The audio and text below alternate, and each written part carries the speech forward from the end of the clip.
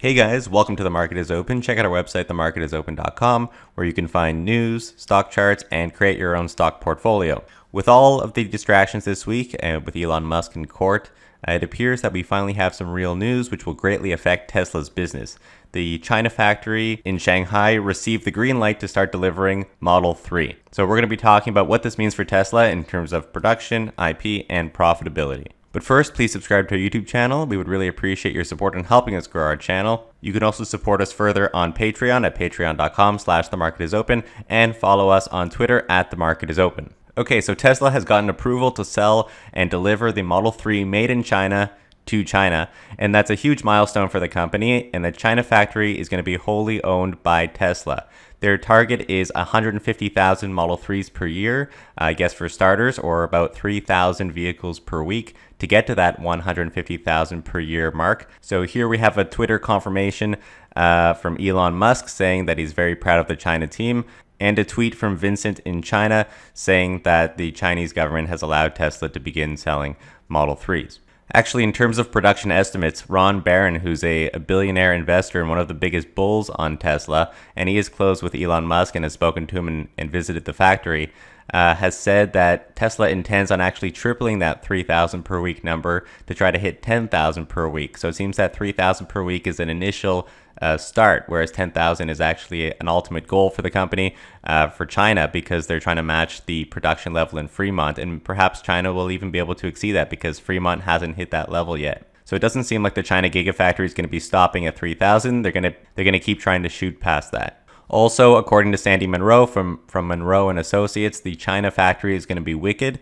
It takes all of the lessons learned from Fremont, and boy did Tesla make a lot of mistakes at Fremont trying to bring up that factory, for example, with the fluffer pod and a whole bunch of other problems, just locating things in the wrong places. It would be so much more efficient if they could redo that factory.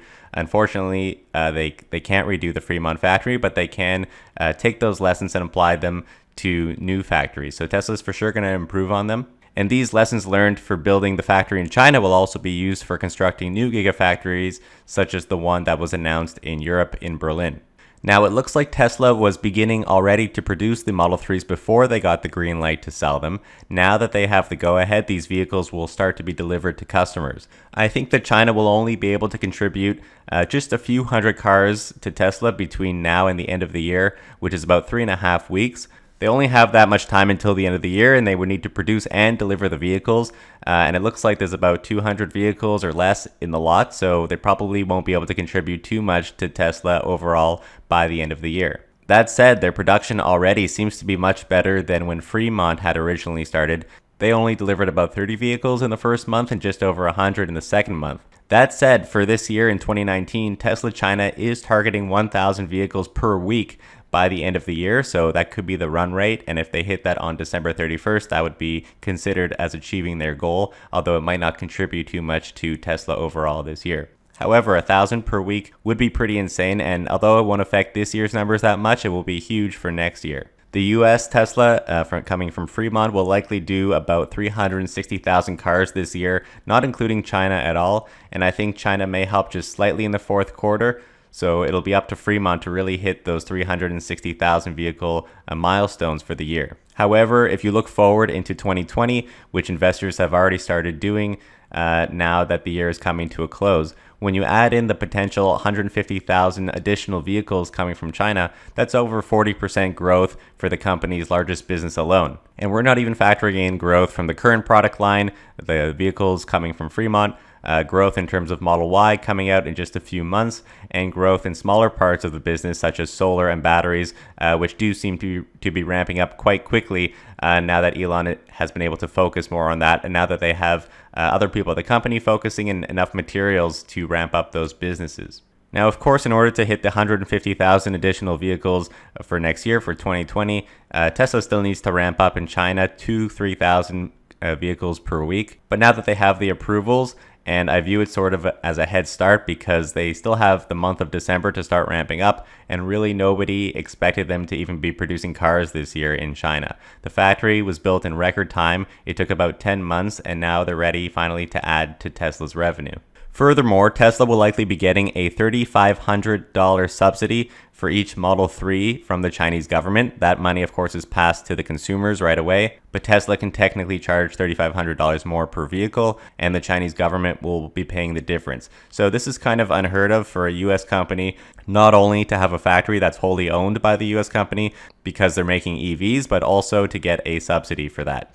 In my opinion, I think the subsidy is just like a big bonus this time around. Tesla doesn't actually need it like it did in the US when it first started producing Model 3s there. Operating in China alone allows Tesla to avoid massive, like 40% tariffs. So just having a factory in China already puts them on a level playing field with other Chinese manufacturers. Additionally, the cars were being sent over from the US, so huge transportation costs will be reduced significantly, making the China Model 3 super competitive in China already. Tesla had already stopped selling the lower end Model 3s in China a few months ago, and they're only selling the US made higher end versions in China, whereas the lower end cars will be supplied by this new factory. I think the concessions that the Chinese government has made shows that they're very serious about EVs in China. They do have big pollution problems, especially in major cities. And although the China car market doesn't seem to be doing too well, we've heard that a lot in the news, I don't think that will affect the new products such as the Model 3 being sold in China. Plus, the auto market there is larger than the US auto market, and clearly Tesla has a good read on demand in China, and the vehicles do seem to be selling quite well. And you can't really take the cue from other competitors such as NIO, for example, which do seem to be struggling in China. And we have talked about NIO's business model, but Tesla's does have a stronger business model, and I think that's going to be important going forward, along with the amount of service centers and superchargers that Tesla has been putting around China for the last couple years. Now, in terms of IP and technology, that's intellectual property, that is a concern not only for investors, but for people in North America, since certain companies in China have been known to not just copy, but steal technology from North American companies and not really blink an eye or care. The Chinese government also tends to block out US companies from doing business in China. They're very restrictive about that. And then we have some Chinese companies sort of coming back later with lower price products containing other people's technology, and they try to sell it for cheaper, pushing away other companies that actually may have invented it. So I think this is a big part of what the trade war is about, especially with companies like Huawei, for example, which has been using stolen US and Canadian technology from companies such as Nortel, which was part of AT&T for a long time, and Bell Canada, which is actually kind of funny because Bell Canada sells Huawei phones and buys their technology for their cellular networks, yet technically Bell was one of the major companies that Huawei stole technology from. So that's kind of strange. But anyway, I think people are concerned about this, and Tesla is sharing all of their technology specifically for building the factory, but maybe more, maybe some software technology, but they're selling it, but they're sharing it in China. And I think Elon Musk has a very good vision for the future where everybody sort of works together. But I think it's important for the governments in the US and Canada. Like, I think it's their responsibility to sort this out. And I think the US does seem to be on top of this more or less, because stealing technology is not a potential Tesla problem. It can happen to any company. It's not just Tesla. So Tesla does appear to be one of the most innovative companies at this time, and shareholders living in North America don't want that to be taken away. But again, I think this is up to the governments to sort this out, not something that Tesla should be technically worried about. They should just take some proper precautions. Okay, let's also talk about the profitability of the China Model 3. I think it will be by far the most profitable vehicle, at least in the beginning, but for a long time. And I do think Tesla is expected to lower the price over time as they ramp up and the subsidies go away. The standard range, probably the standard range plus, they seem to be pushing that one way more, but it will start at $50,000 approximately US, whereas in the US that vehicle starts at $40,000. So not only that, but Tesla spent 65% less on building the factory in China. So that essentially means that each car is going to be a lot cheaper. It doesn't take as many cars to be sold to break even. Also, there will be less depreciation, meaning much higher margins as Tesla has become more capital efficient with their investing and building these factories. And of course, higher margins from the get-go will lead to higher profitability from the vehicles coming from the China factory. They're also going to be designing the cars more efficiently with this new factory. Again, we've talked about this before, but instead of 72 parts for the frame of the vehicle, as just one example, they can stamp it either in 4 parts with a big stamping machine or in 1 part with the extra large stamping machine, as Elon Musk has talked about. But it will still take less time and a whole bunch of less robots in exchange for an expensive casting or stamping machine, which is expected to still cost less than having all of these other robots. Labor is also less expensive in China, so I think these vehicles will contribute much more to profitability than people think. So if we do some quick back of the napkin math at $50,000 per vehicle, and this is the starting price, so I'm actually underestimating a little bit on price because there are a couple add-ons, but for 150,000 units to be sold in 2020, and that's their target, and it may be about right depending on how fast they can ramp up and exceed that 3,000 vehicle per week target. Fremont, for example, is doing well over 5,000 Model 3s per week. But if the China factory can hit that, then that's about $7.5 billion of additional revenue in 2020. Now, the analyst estimates for this year in 2019 are $24.35 billion, and we have one more quarter to see how close they will be to that. And for all of next year, the analyst estimates are $29.76 billion.